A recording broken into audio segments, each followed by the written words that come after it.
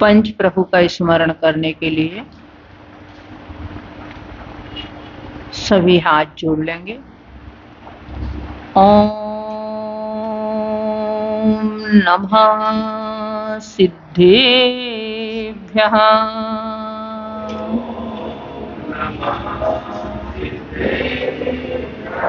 नमो अरिहन्ताणं।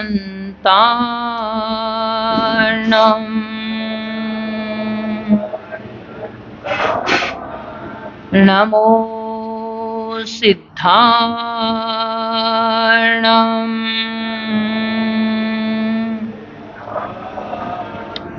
नमो आयर्याणां।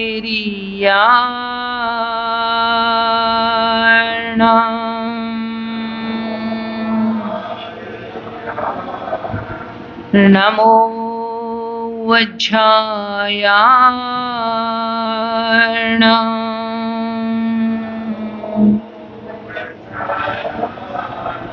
नमो लोये सबसाहूणं।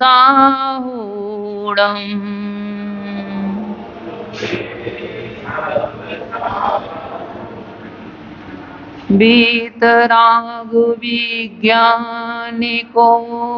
नमने अनंते बार।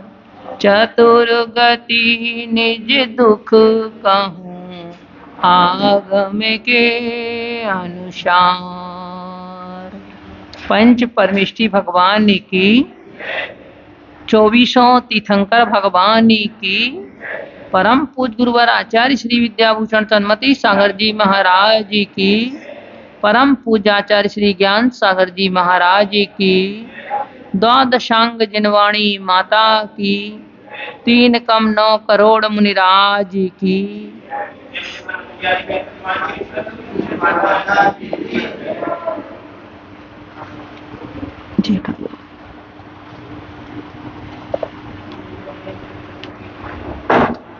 धर्म स्नेही बंधु, मेरी करुण कहानी से हम अपनी भूतकालीन पर्यायों को समझ रहे हैं। हम क्या थे और आज क्या हो गए हैं, और आगे हम क्या होना चाहते हैं, यह सब हमारे लिए इस मेरी करुण कहानी के माध्यम से मिल सकता है। क्या थे, अभी हमारा इसका अवलोकन चल रहा था। हमने एक इंद्री से लेकर पंचेंद्रिय आदि त्रयंच मनुष्य के दुखों को हम समझ रहे हैं कि आखिर हम जो थे वो हमारा समय कैसा था। एक व्यक्ति यदि बहुत गरीबी से ऊपर उठता है, उसके भी 2 कारण होते हैं। अगर वो अपने आप अपने पुरुषार्थ से सहज में ही ऊपर उठ जाता है, तब उसे अंतरंग में एक अलग ही खुशी होती है। और वह कहीं यदि दूसरे का सहारा लेकर के ऊपर उठता है, तब उसके मन में खुशी तो होती है, परंतु समय समय पर व्यथा भी होती है। जिसका अवलंबन लेकर के वह ऊपर उठा है, वह यदि एक बार उसको याद भी दिला दे कि मैंने आपका ऐसा सहयोग किया, वो तो इसलिए आज आप इस स्थिति तक पहुंच गए, तो जितना कष्ट उस व्यक्ति के लिए उस गरीबी का नहीं होता होगा, जितना कष्ट उसे उस स्मृति का होता होगा। लोग क्या करते हैं, अगर किसी के लिए कुछ चीज देना है, किसी की कुछ हेल्प करना है, तो उनके लिए सभाएं करते हैं। सभाएं करके फिर कहीं उनके बीच में उनको दिया जाता है। ऐसे में वह व्यक्ति अगर पहले से वह सम्माननीय समाज में रहा या नहीं भी रहा हो, तो भी इतने समाज के बीच में अगर उसके लिए कोई वस्तु दी भी जाती है, तब उसके लिए कितना कष्ट होता है, उसकी आंखों में से आंसू बह जाते हैं कि आज हमारे लिए इस समाज का सहयोग लेना पड़ रहा है। माने सहयोग से यदि हम ऊपर उठते हैं, तो वह हमें एक दर्द ही देता रहता है। किंतु आचार्य कहते हैं अगर आपको सहयोग लेना ही है तो इन बाहर के लोगों का सहयोग नहीं लेना, किंतु अपना स्वयं का सहयोग लेना, स्वयं का आत्मबल बढ़ाना, उसका सहयोग लेना। और स्वयं यदि चलना है, स्वयं अपने आप को ऊंचा उठना है, तो रत्नत्रयमयी इस आत्मा का सहयोग लेना। उसका अवलंबन यदि एक बार ले लोगे तो वह छूटेगा नहीं। ये बाह्य अवलंबन, इनमें तो कहीं ना कहीं व्यक्ति आपको उलाहने भी दे सकता है। आप उसके कहीं ना कहीं यह महसूस कर सकते हो कि मैं उसके अधीनस्थ हूं, मैंने इसका अवलंबन लिया था, इसने मेरा सहयोग किया था। तो हमारे मन में कई प्रकार की मानसिक वेदना भी उससे हो सकती है। किंतु यदि हमने स्वयं के कदम आगे बढ़ाए और स्वयं यदि हम उस पर चलते पड़े, धर्म और धैर्य के साथ यदि हम आगे बढ़ते रहे, उसी का अवलंबन यदि हमने लिया, तो हमारे अंदर जो आनंद होगा वह एक अलग ही प्रकार का आनंद आएगा। अब त्रियंच पर्याय तो पराधीन है ही है। जब उनके मालिक ने खाने को दे दिया मिल गया, जब पीने को दे दिया मिल गया, नहीं दिया तो भूख के चिल्ला रहे हैं, बेचारे बंधन में पड़े हुए हैं। इससे वो तो बंधन में है ही, पर मनुष्य पर्याय में भी स्त्री पर्याय को अपराधीन ही कहा जाता है और है भी। तो वो पराधीन पर्याय में क्या क्या उनके लिए अंतर मानसिक वेदना होती है। लौकिक व्यवहार में भी कवियों ने कहा है कि पराधीन सपने हो सुख नहीं। पराधीनता की बेड़ियों में यदि हम जकड़े हैं तो हमें स्वप्न में भी सुख नहीं है। इसी प्रसंग में जो पराधीनता की बेड़ियों में जकड़ी उस नारी की पर्यायों का वर्णन चल रहा है कि मेरे लिए बचपन से लेके बड़े तक नाना प्रकार की यातनाएं मुझे मिली। यदि मुझ में योग्यता भी रही तो भी मैं अपनी संकोचों के कारण उस योग्यता के अनुसार कार्य नहीं कर सकी और अपने जीवन में अपने को रिक्त सा अनुभव करते रहे। जब शादी विवाह के योग हुई तो वहां भी माता पिता की चिंता देख करके मेरा मन चिंतित हुआ। यदि विवाह भी हो गया तो हो सकता है कि वहां पिता ने पूर्ण दहेज नहीं दे पाया, तो वहां सासू के ननद के ताने सुनने और कई बार तो उनके लिए वह जला दिया जाता है, मार दिया जाता है। पता नहीं क्या क्या अन्याय अत्याचार होते रहते हैं, अभी भी होते हैं। ऐसा नहीं है कि अभी हम नहीं होते हों, अभी भी होते आ रहे हैं समाज में। ऐसे तरह तरह की यातना दे दे के बाद में अगर मान लो ऐसा भी हुआ और उसके साथ कि अगर घर में गलतियां दूसरों से हो रही हैं और वह गलती किसकी मानी जाती है? बहू की गलती मानी जाती है। मेरी गलती मानी गई उसमें। आप देखना, बेटी चाहे आपकी बहू से बड़ी उम्र की हो और बहू छोटी उम्र की हो, परंतु बहू तो बहू हो जाती है ससुराल में आकर के, और बेटी छोटी ही रहती है जब तक वह माता पिता के पास है। उससे ना काम की आकांक्षा की जाती है कि वो घर के काम में सहयोग करे बेटी से, किंतु बहू से पूरी आकांक्षा रहती है सबके मन में कि वो घर को संभाल ले। आगे और देखते हैं हम। पूर्व जन्म कृत रही निपुत्री, वहां क्या हाल हमारे थे।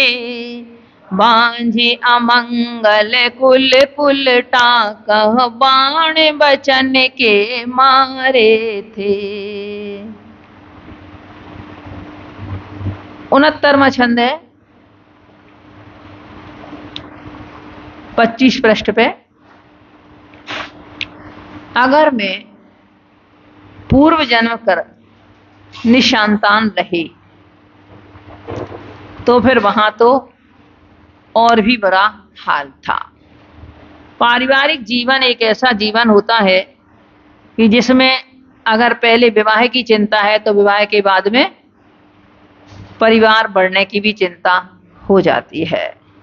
यदि उसमें कहीं देर होती है या नहीं होता है तो उस नारी के लिए अच्छा नहीं माना जाता। उस पहले समय में तो और बहुत ज्यादा उसके लिए अमंगली माना जाता था, बांझ माना जाता था, उसके लिए कुलकुल्टा कहा जाता था। किंतु आज तो स्थितियां थोड़ी सी इसमें कम हुई हैं, लोगों की सोच बदली हुई है कुछ थोड़ी सी। आज तो लोग फिर एडॉप्ट करने के, अब तो ऐसा समय है कि एडॉप्ट करने के लिए अगर मान लो उनके एक बेटा है तो कहेंगे दूसरा बेटा हो गया तो इसलिए दूसरे का बच्चा ले लो, एडॉप्ट कर लो। लड़की लेना है, हम दूसरे की लड़की ले रहे, छुट्टी है। बेटी है, अगर दूसरी बेटी हो गई तो कौन पालेगा, तो इसलिए बेटा गोद में ले लो दूसरे का। अब तो सोच ही सारी की सारी बदल चुकी है। पहले और आज में ये कहें कि पूरा और पश्चिम जैसा अंतर हो रहा है। तो वहां भी अनेकों प्रकार के वचन बाणों को सहन करना पड़ा। दृष्टि लगी यदि कहीं पति की चिंता, अग्नि जलाती थी कभी अशुभ में सौत समागम पा करके तड़पाती थी। अगर ऐसे में ही पति का मन किसी नारी के प्रति आसक्त हो तो रात दिन चिंता रूपी अग्नि में जलना पड़ा। वहां रात दिन चिंता ही चिंता मेरे लिए घेरे रही। किस तरह से उपाय कोई समझ में नहीं आता और नारी के पास में अकेला एक ही विषय रह जाता है, बस मानसिक तनाव या फिर घर में विवाद। रोज रोज की घर में लड़ाइयां विवाद ऐसी स्थिति में हो जाते थे। तो आज भी, अब आज का तो क्या कहें, आज तो लाइफ ही कुछ इस तरह की हो गई कि अब तो बहुत ज्यादा जो एकदम हायर स्टेटस वाली फैमिलियां हैं, हाँ, पर ये सब क्या क्या हो रहा है। अब जब नारियां जाकर के शराब की दुकानों पे खड़ी होने लगेंगी, जब वह शराब खरीदने लगेंगी, जब साथ में शराब पीने लगेंगी, जब क्लबों में नाचने लगेंगी, तो उनका सील कहां तक सुरक्षित रह जाएगा। तो पहले चिंताएं तो होती थी, चिंता तो खैर अभी भी होती है, ऐसा नहीं है कि चिंता नहीं होती है। जो नारी अपने परिवार में धार्मिक इस तरह की जो नारियां हैं, अगर उनके पति की दृष्टि कहीं दूसरी अगर होती है तो वो मानसिक तनाव में ही जीती है उस समय तक। और यदि कहीं मान लो उनके और अशुभ कर्म का उदय आया और पति ने दूसरी शादी कर ली, सौत समागम मिल गया, तब तो फिर और कुछ ना पूछो उसके उनके कष्ट का, क्योंकि कहते नारी को सौत से बड़ा और कोई दुख नहीं होता है। संदेह किया पति परिजन ने, सील धर्म पर दोष दिया, कहूं बेदिना किससे अपनी नर को जैसा दुख लिया।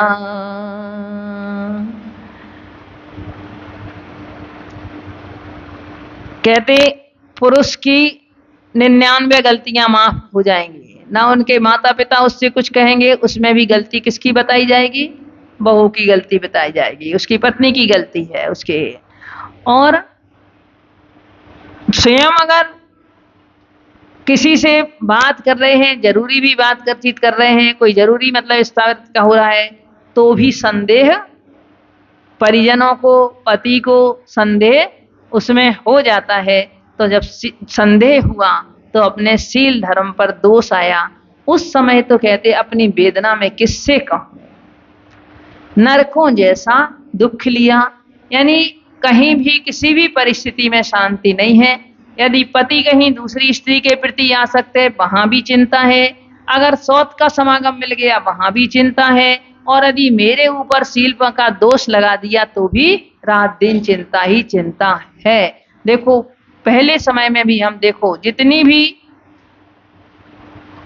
नारियों के ऊपर सील पर दोष लगाया गया, हालांकि वो समय ऐसा था कि उन लोगों ने अपने उस सील के दोष का निवारण कर दिया, अपने उस कलंक को उन्होंने दूर कर दिया।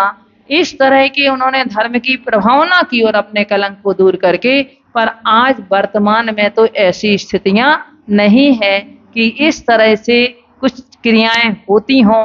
पहले तो देव भी आकर के उनकी सुरक्षा करते थे, क्योंकि उनकी अपने सील के प्रति इतनी तीव्र भावना रहती थी। अपने सील का पालन करने के लिए वह बिल्कुल अपने प्राण भी देने को तैयार रहती थी। तो उनकी उस सील की महिमा के कारण देव भी आकर के उनकी सुरक्षा करते थे और उनके माध्यम से धर्म की प्रभावना होती थी। आज भी कुछ अंशों में कहीं कभार कोई ऐसी घटना घट सकती है कि कभी ना कभी वह सत्य उद्घाटित हो जाता है, तो समय लग सकता है, किंतु वह सत्य उद्घाटित हुए बिना नहीं रहता, हो जाता है। पर फिर भी जिस समय उनके सील पर दोषारोपण किया गया होगा, उस समय उनके लिए कितना कष्ट होता होगा। चाहे वो सती साध्वी नारियां भी रही, चाहे वो सीता रही, चाहे अंजना रही, चाहे चंदना रही, चाहे कोई भी रहा, परंतु जिस समय उनके सील पे दोष किया गया होगा, उस समय तो वास्तव में उनके लिए नरकों जैसा दुख झेलना पड़ा होगा। उनके लिए इतनी मानसिक वेदना हुई होगी, क्योंकि नारी को वैसे ही असहाय किया जाता है और उस समय उसका कोई नहीं होता। आज तो अगर ससुराल पक्ष ने कुछ कर दिया तो मायके पक्ष वाले उसको लड़ने के लिए उनसे करने को तैयार हो जाएंगे, उसको अपने घर बुलाने को तैयार हो जाएंगे। किंतु वो समय तो ऐसा था कि उस समय ना मायके वाले और ना ससुराल वाले और ना समाज वाले, ना परिजन, ना पुरजन, ना कोई भी साथ देने को तैयार नहीं होता था। आज तो और कुछ ना हो तो आप कोर्ट में जाकर के खड़े हो जाओगे। पर वहां वो कोर्ट में तब गए जब राजा के पास, जब उनके सत्य का उद्घाटन हुआ। और वहां ये सब दुख इस नारी पर्याय में झेलने पड़े। कभी बनी पति की परित्यक्ता, कटी पतंग बत जीवन था, दर दर की बहु ठोकर खाई, जीवन रीता बीता था। और कभी यदि परित्यक्ता बन गई, आज तो नारियों की तरफ से भी हो जाता है कि मैं उसके साथ नहीं रह सकते, किंतु पहले ऐसा नहीं था। नारी को ही का ही परित्याग किया जाता था, किंतु नारी पति का परित्याग नहीं करती थी, हैं? तो अगर पति की परित्यक्ता बन गई तो उस समय तो बिल्कुल जैसे पतंग कट जाने के बाद मालूम नहीं कि वह कहाँ नाली में गिरेगी, कहाँ जमीन पे गिरेगी, कहाँ कुचली जाएगी, क्या होगा। इसी तरह से उस नारी का भी जीवन हो जाता है, क्योंकि डाल से टूटा हुआ पत्ता वह हवा के किस झोंके से किस तरफ जाएगा, उसका कोई भविष्य नहीं रहता। इसी तरह से आज भले स्थितियां बदल गई हैं, क्योंकि आज नारी अपने पैरों पर खड़ी है। वह आर्थिक रूप से अपने आप को संपन्न मान करके और बड़ी जल्दी इस तरह के डिसीजन ले लेती हैं कि मैं नहीं रह सकती उसके साथ, कुछ नहीं। एक केस हुआ, शादी के बाद दोनों घूमने के लिए गए, तो वहां पता नहीं क्या हो गया उस लड़के के लिए कि वो थोड़ी सी अजीब सी हरकतें करने लगा। तो वहां से आकर उसके इलाज की तो बात नहीं की उस लड़की ने, कह दी मैं उसके साथ नहीं रह सकती। बस शादी को हुए 22 या 23 दिन हुए थे और उनका डिवोर्स हो गया। तो अंतर की जो एक आत्मीयता वाली बात है, अरे अगर कहीं किसी भी तरह से आपका इलाज नहीं हो पा रहा हो तो पहले तो उसमें भी संभाल लेती थी, उसमें भी अपना जीवन निकाल लेती थी कि जब कोड़ी पति के साथ में साक्षात विवाह कर दिया होगा, फिर भी उसने ये कहा कि मेरे भाग में यदि होगा तो यही कंचन काया वाला बन जाएगा। किंतु आज ऐसी सोच हो गई है आज कि यदि, क्योंकि हमारी समाज में सेकंड मैरिज के लिए स्थान दिया जाने लगा, लोग अच्छा मानते हैं, कैसे जीवन निकलेगा, कैसे क्या होगा, तो उसके लिए अच्छा मान करके सेकंड मैरिज के लिए नारियों के लिए स्थान दिया जाने लगा, उस बात को बढ़ावा दिया जाने लगा, विधवा विवाह को बढ़ावा दिया जाने लगा, परित्यक्ता की विवाह के लिए बढ़ावा दिया जाने लगा। तो उसके कारण से उनका मन अब अलग ही प्रकार का हो गया कि चलो हमारी एक से नहीं हम दूसरी शादी कर लेंगे। जब पुरुष कर सकता है तो इस बात में होड़ होती है, जब पुरुष करता है तो नारी क्यों नहीं कर सकती है।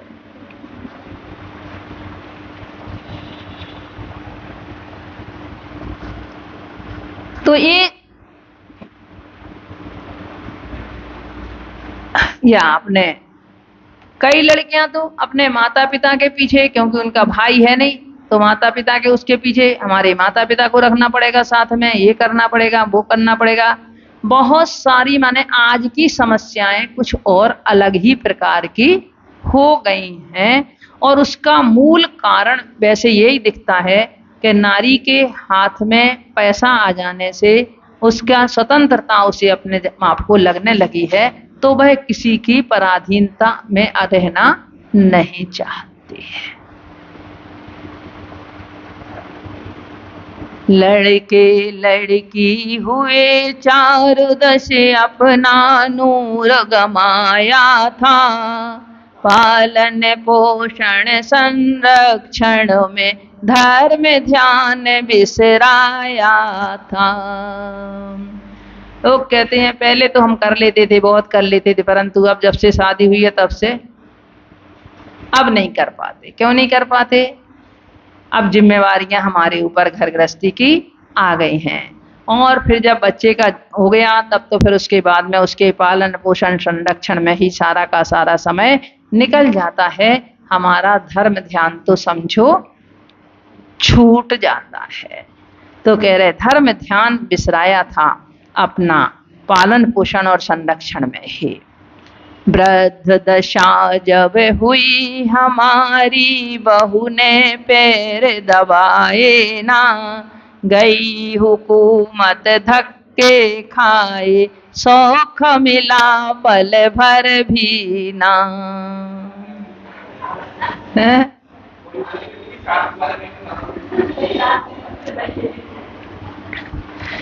अब जब वृद्ध अवस्था आई, देखो जिनके लिए अपने शुरू से नियम होते हों या जिनके धर्म के प्रति रुचि होती है, जो धर्म पुरुषार्थ को मूल रखते हैं अपने आप में, क्योंकि धर्म पुरुषार्थ पूर्वक श्रावक काम अर्थ और एवं पुरुषार्थ करता है। अगर उसका धर्म पुरुषार्थ मूल में है तो चाहे बच्चे भी हों, छोटे हों, कितनी भी परिस्थितियां हों, वह पहले आकर के अपने धर्म पुरुषार्थ पर ही कायम रहती है, अपना पहले धार्मिक क्रियाओं करती हैं। ऐसे ऐसे महिलाओं को हमने सुना, कहती हम तो 4 बजे हमारी उठने की आदत है, तो 4 बजे हम उठते थे, बच्चे के लिए अपना उठे, कपड़े बदले, अपना स्वाध्याय किया सामायिक की, उसके बाद में बच्चे के लिए उसको जो उसकी क्रियाएं उसके लिए कराई, और अपना फिर हम अपना मंदिर गए, नहा धो के छोड़ गए उतनी देर को उसको। तो करने वाले यदि हमारी रुचि उस तरफ होती है तो सब कुछ हो जाता है, परंतु हम इतने दत्तचित हो जाते हैं, इतने उसी एक ही काम में लगता है कि हमारे लिए लगता दूसरा धर्म के, तो जब जैसा मौका मिलेगा तो चले जाएंगे, बाकी अपना घर संभालना ही अच्छा है, लोग कह देते हैं। अरे घर संभालते संभालते तुम्हारी जिंदगी निकल जाएगी, पूरा जीवन निकल जाएगा, परंतु घर संभलने वाला नहीं है। परिवार को संभालते संभालते पूरा समय निकल जाएगा, ना कोई परिवार संभलने वाला है। जब समय आएगा तो कहने वाले यही कहेंगे, अरे तुमने किया ही क्या है, तो सभी करते हैं अपने बच्चों के लिए, आपने कौन सा नया कर दिया, आपने हमें पाल दिया, हम अपने बच्चों को पाल देंगे। तो कहीं घर गृहस्थी के कर्तव्य और कार्य तो कभी पूरे होना ही नहीं है। और जब वृद्ध दशा हुई तब तो, और जब बहू ने सेवा नहीं की और सारी हुकूमत अब उस समय खत्म हो गई। वृद्धावस्था तो वैसे भी लोग के पराधीनता की अवस्था एक आ जाती है, उसमें हुकूमत जिस घर के आप मालिक थे उस घर के आप,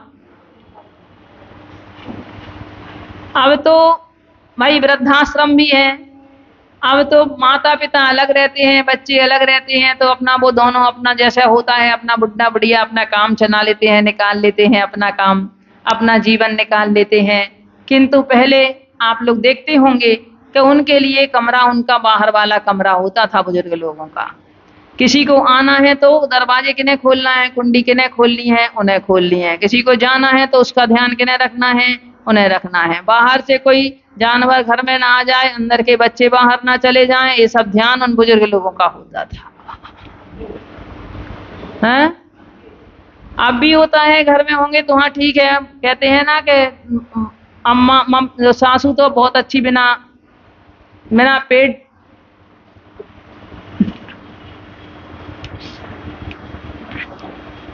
आप चाहे बच्चे आपके अमेरिका में रहने लगे, चाहे कहीं रहने लगे, उन्हें जब आपकी जरूरत होती है तो आपको बुला लेते हैं और उसके बाद में फिर आप अपने घर आ जाओ वापिस,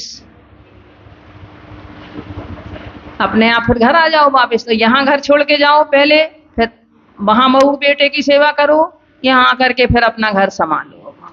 जब बहू बेटा भी आए तो जैसे मेहमान आ रहे हों तो पूरी उनके लिए तैयारी करके रखो। अरे बहू आ रही है, बेटा आ रही है, पोते आ रहे हैं, तो उनके लिए सारी तैयारी करके रखो उनकी। वो वहां ऐसे वातावरण में रहते हैं, ऐसे उसमें रहते हैं, ऐसे रहते हैं, तो हमें भी उनके लिए ऐसा ही करना पड़ेगा।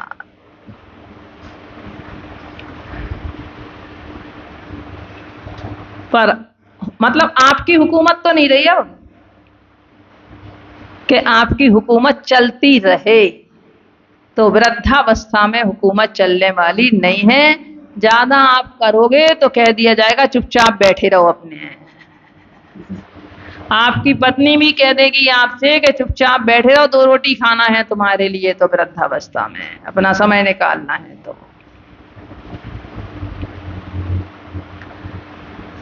इस तरह तीनों पन बंधन में बीते पिंजड़े के पंछी बतरे, बाल पिता अरुपति जवानी वृद्धापन पुत्रों के रे।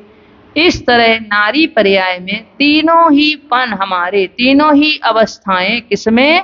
बंधन में, पराधीनता में। जैसे वह पिंजड़े का पंछी है वो बंधन में बंधा रहता है, इसी तरह से मेरा समय भी तीनों का बंधन में ही निकला।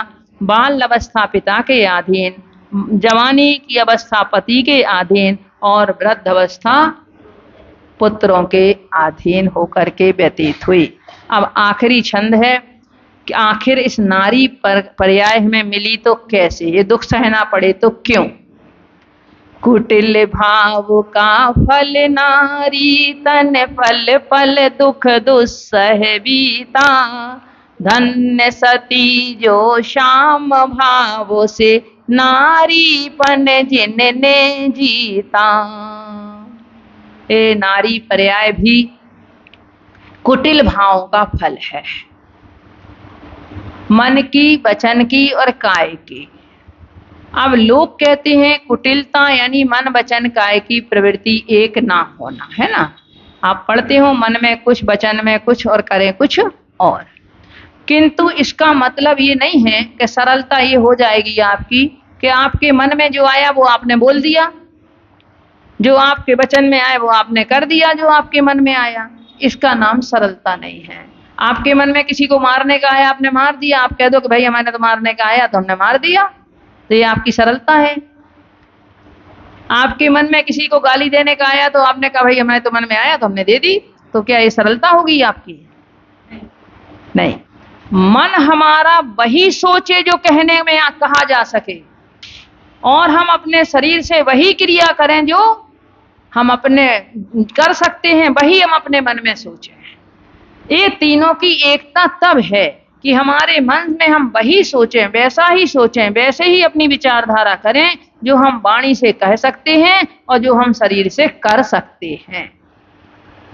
ऐसा नहीं है कि हमें अशुभ भी हमारे मन में आ रहा है तो हम अशुभ वचन भी बोल दें। हमारे मन में अगर मान लो आ रहा, किसी के मन में पीने का आ रहा तो वो पीना है, तो उसकी सरलता हो जाएगी। ये सरलता नहीं कहलाएगी। किसी के साथ में गलत करने का आ रहा है, किसी को मारने का, पीटने का किसी का आ रहा है, इससे सरलता नहीं होगी। ये उसकी तो अज्ञानता है। कहीं ना कहीं उसका अहंकार भी हो सकता है, क्रोध भी हो सकता है और कई कसाएं भी हो सकती हैं। सरलता तो वो है कि आपका मन इतना सरल है कि उसमें गलत आता ही नहीं है, किसी का बुरा आप सोचते ही नहीं है, मन से आप सोचते नहीं, वचनों से आप कहते नहीं और काय से आप बुरा करते नहीं। वह है सरलता। इसका नाम ऋजुता है, इसका नाम सरलता है। तो हमने क्या किया, कहीं ना कहीं कुटिल भाव के फल से यह नारी तन हमें मिला और उसके कारण से हमारा प्रत्येक पल पल बिल्कुल दुखों में ही व्यतीत हुआ। देखो, अगर कुंद कुंद स्वामी ने कहा है कि माया केवली भगवान की आहार नहीं, बिहार और उनकी वाणी का खिरना, दिव्य ध्वनि, एक क्रियाएं उसी तरह से स्वाभाविक होती हैं जैसे नारियों में मायाचारी स्वाभाविक होती है। मायाचारोब्य इत्थीणम, स्त्रियों में जैसे मायाचारी स्वाभाविक रूप से होती है। अब उसमें कई कारण हैं। कुछ तो स्त्रियां ऐसी भी हो सकती हैं कि जो विषय वासनाओं के लिए कुटिलता उनके मन में हो, मन में कुछ है अपने स्वार्थ की पूर्ति के लिए उसमें मायाचारी हो। किंतु कुछ ऐसी भी है कि लज्जा भी अगर एक कहें तो लज्जा के कारण भी कभी कभी हमें कुछ छिपाना पड़ता है, कुछ का कुछ कहना पड़ता है, शर्म के कारण भी कहना पड़ता है। ऐसा तो ये वाला जो गुण है हमारा लज्जा और शर्म आदि, ये हमारे लिए स्त्री पर्याय के बंध के कारण नहीं होंगे। किंतु जो आप दूसरों को बुरा करने के लिए, दूसरों को कष्ट देने के लिए, दूसरों का काम बिगाड़ने के लिए यदि आप कहीं मायाचारी कर रहे हो, वह मायाचारी हमारी हमें कुटिलता रूप है और वह मायाचारी ही हमारे लिए किसके लिए कारण बनेगी, पुनः स्त्री पर्याय या त्रियंच पर्याय के लिए निमित्त बनेगी। ऊपर से बहुत अच्छे और अंदर से हम उनके प्रति बिल्कुल भी नहीं करते। लोगों की ये क्या सोच हो गई, आपके सामने दूसरे व्यक्ति से बुराई करेंगे उसी व्यक्ति की, अरे वो है क्या, और उसी व्यक्ति यदि वो सामने आ जाए तो उसकी प्रशंसा के पुल बांधने लगेंगे, अरे आप तो ऐसे हैं, आप तो ऐसे हैं, आप तो ऐसे हैं, और पीठ पीछे जाओ तो उनकी बुराई करने लगेंगे। तो ये क्या है, मायाचारी नहीं है। इन सब क्रियाओं से हमें बचना होगा। और इसके साथ साथ स्त्रियोचित जो कार्य हैं उनमें बहुत अधिक रुचि लेना, श्रृंगार संबंधी क्रियाओं में, इनमें हमें बहुत ज्यादा रुचि लेना, बहुत इंटरेस्ट लेना, ये भी स्त्री पर्याय के आश्रव के कारण हमें बनेंगे। तो हमारे लिए मायाचारी से और जहां तक हम हो सकें हम इन कारणों से बचें कि हम, ठीक है श्रृंगार आदि है स्त्री नारी के लिए शुरू से ही कहा गया है, किंतु उसमें इतना दत्तचित ना हो, इतना ही ना हो कि वह हमारे लिए ही फूहड़पन सा दिखने लगे, इतना अधिक हमारा उसमें ना हो, आसक्ति ना हो। सबसे बड़ी बात है हमारी उसमें आसक्ति ना हो। तो हम सभी, अब समय आज थोड़ा 5 मिनट ज्यादा हो चुका है आपका, किंतु ओम नमः सिद्धे।